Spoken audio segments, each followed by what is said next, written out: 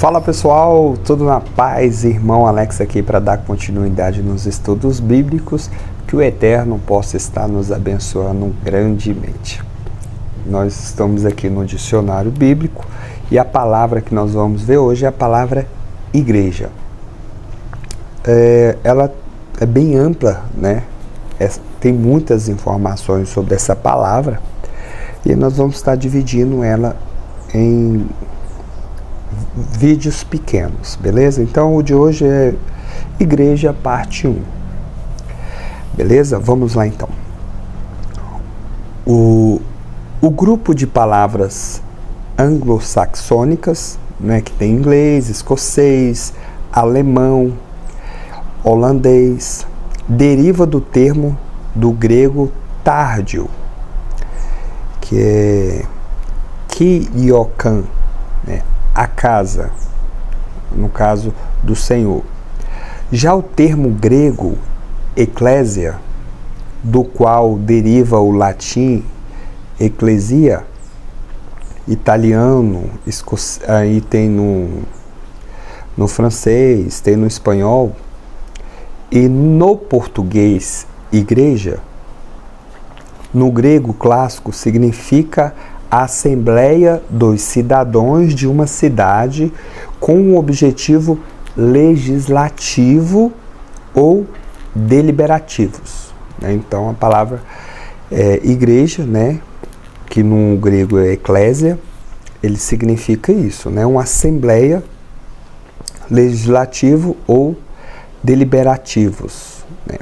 Tal assembleia reunia somente os cidadãos que gozavam de plenos direitos, né? Então vamos colocar hoje as pessoas que votam, né? As pessoas que gozam dos direitos, né? O termo indica, portanto, a dignidade dos membros e a legalidade da assembleia. O termo grego eclésia não tinha um uso religioso. Interessante essa informação. Então, no passado, na época dos apóstolos, essa palavra eclésia, né, igreja que nós conhecemos, ela não tinha um cunho religioso, né, não tinha nada a ver com a religião. Interessante isso. Era uma assembleia, né, uma reunião para tratar de assuntos diversos. Beleza, vamos lá então, continuando. O termo grego eclésia não tinha um uso religioso. O termo grego eclésia mas foi adotado pela Septuaginta para traduzir o termo hebraico, né, kaya, que juntamente com outros termos significa no hebraico tárdio a assembleia religiosa dos israelitas, né? Então eles usaram um termo que já tinha no hebraico e usou, né, para poder, na Septuaginta, bem lá na frente,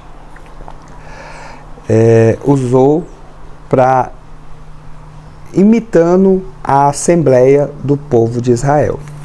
Vamos continuar aqui. Esses dois termos haviam sido adotados para indicar a assembleia religiosa local dos hebreus que viviam fora de Jerusalém.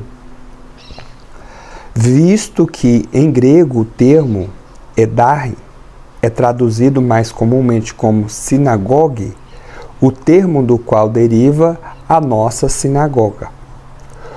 O mais antigo uso do termo do Novo Testamento reflete tanto a ideia de assembleia religiosa do Eterno, né? No caso aqui de Deus, assembleia religiosa de Deus. Então, por isso que veio, até você ver algumas igrejas hoje, assembleia de Deus, né? Como a ideia da assembleia local, inicialmente o termo foi aplicado à eclésia de Jerusalém, que também era uma assembleia local, no caso a reunião que os pessoal fizeram lá, né, em Jerusalém. Mas, ao mesmo tempo, também era a assembleia de todos aqueles que acreditavam em Jesus Cristo e que, portanto, sucedia legitimamente a Assembleia Israelita do Eterno. Em sua fase inicial, a Igreja de Jerusalém não tinha clara consciência da sua distinção do judaísmo. Isso aqui é interessante, essas informações é interessante. Os irmãos em Jerusalém, os apóstolos, eles não tinham ideia, uma noção de que a reunião deles seria algo distinto do judaísmo. Aqui, ó, os seus membros tinham o hábito de se encontrar e orar no templo, considerando-se sob todos os aspectos como fiéis à lei e às prescrições do judaísmo. E faz sentido, você vê passagem em Atos dos Apóstolos, apóstolo Paulo indo em Jerusalém, né, lá no templo. Realmente você vê isso, faz sentido.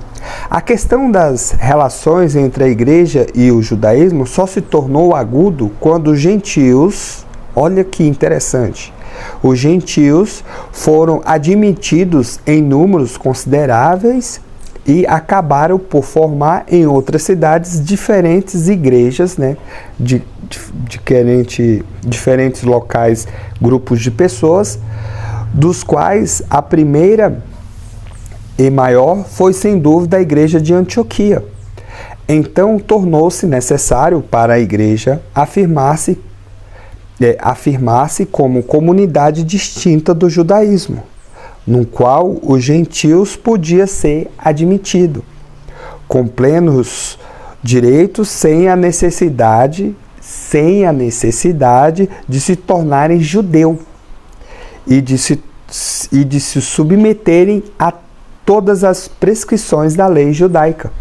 A questão é discutida em Atos, capítulo 15, Gálatas, Romanos, também, né, em Efésios, capítulo 2, verso 11 ao 22, sobre o concílio, né, sobre a reunião de Jerusalém. Atos, capítulo 15, né, você observa, né, que realmente no primeiro momento, os apóstolos eles continuaram seguindo as tradições. Não existe nenhum local, principalmente no Novo Testamento, dizendo que eles pararam de cumprir o que eles aprenderam, o que eles herdaram, né, dos seus familiares. Até o próprio Jesus participou da Páscoa. Todo ano eles era uma tradição, né? Então eles continuaram com essas tradições. Isso aí é sem dúvida. É porque existe uma parte de pessoas aí, principalmente protestantes, que acham que eles pararam de praticar a tradição judaica. Isso aí não existe em lugar nenhum. Eles continuaram participando. O problema foi que muitas pessoas estavam acreditando em Jesus, estavam se convertendo, e aí, muito gentil, e aí eles, alguns judeus que queriam que esses gentios praticassem a lei, né, ou a circuncisão e outras coisas. E aí você vê, por isso que você vê algumas cartas, né, falando sobre o assunto, que não necessitava, tal, né, para que as pessoas vivessem em paz sem esse conflito, principalmente os discípulos de Jesus, né, no caso aqui todos eles.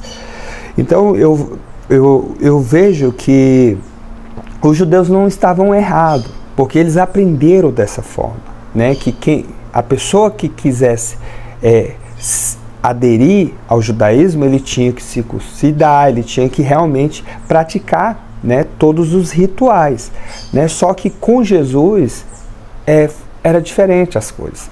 E aí eles foram e ensinaram da forma correta, da forma que, os gentios não é necessário, tiveram uma reunião, oraram, pediram orientação do Eterno, e eles foram orientados a dizer que os gentios não eram obrigados, né, falaram algumas coisas que eles poderiam fazer, né, e continuar com a fé, para não ter o conflito.